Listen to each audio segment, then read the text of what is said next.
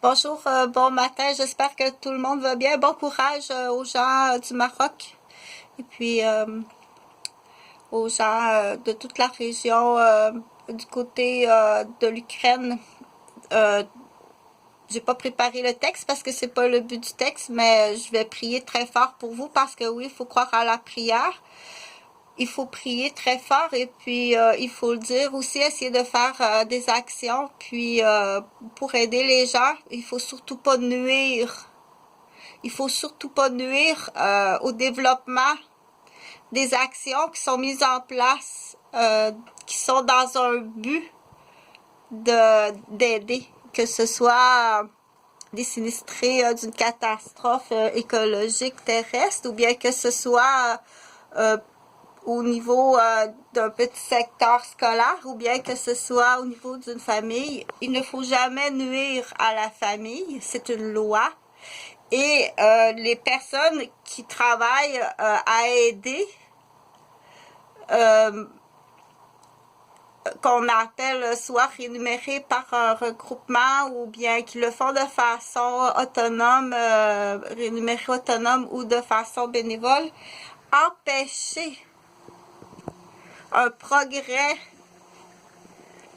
empêcher l'aide alimentaire de se rendre, exemple, t'empêches le camion de nourriture à se rendre au Maroc. Oh my God, ça c'est grave. Donc, je travaille depuis plusieurs années sur plusieurs volets. Entre autres, le premier but, c'est pas les petits livres éducatifs. Ça, c'est bon. Tout en même temps qu'on prend le camion, qu'on va apporter de l'aide alimentaire à l'école Sainte-Odile, on en profite pour fabriquer un petit livre éducatif.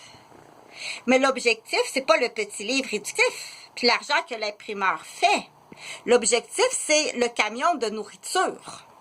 Pour les enfants qui n'ont pas d'argent, les familles qui n'ont pas d'argent assez pour nourrir leur enfant le matin avant d'aller à l'école. L'objectif, c'est pas de faire les petits livres éducatifs, puis comprendre à Mrs. Lily les systèmes pour que Mrs. Lily soit la première de la classe. C'est pas ça l'objectif, là.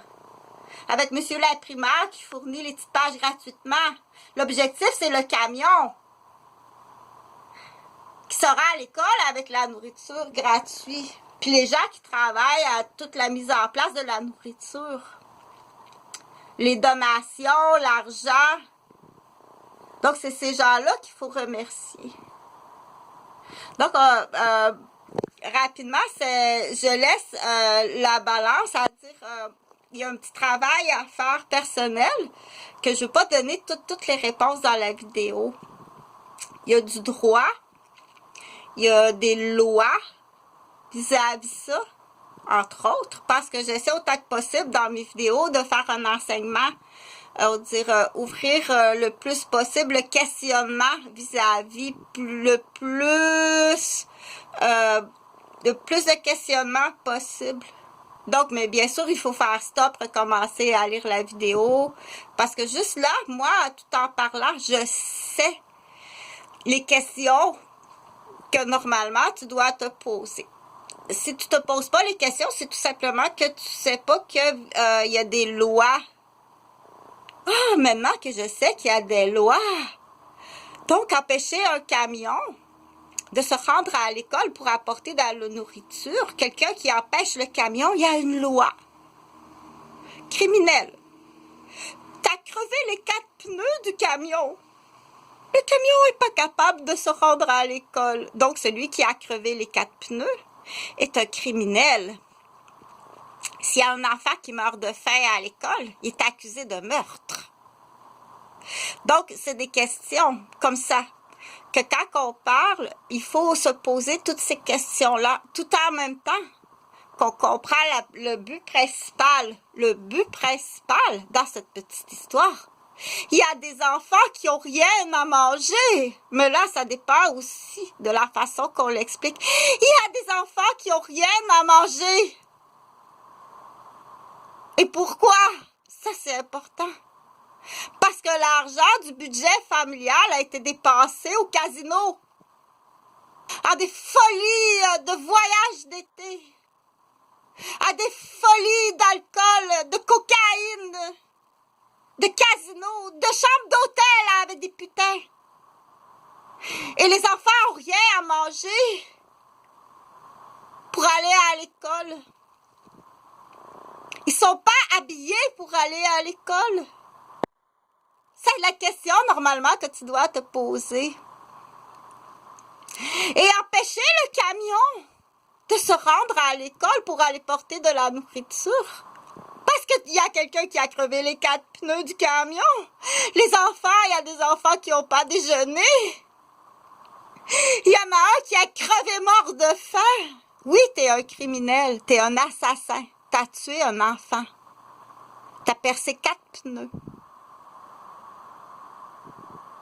T'as fourni le couteau. Tu as fourni le couteau. Tu as mis un couteau à la disposition de quelqu'un qui aime crever les pneus. Oui, t'es un assassin. Pas juste cette fois-là, plusieurs fois.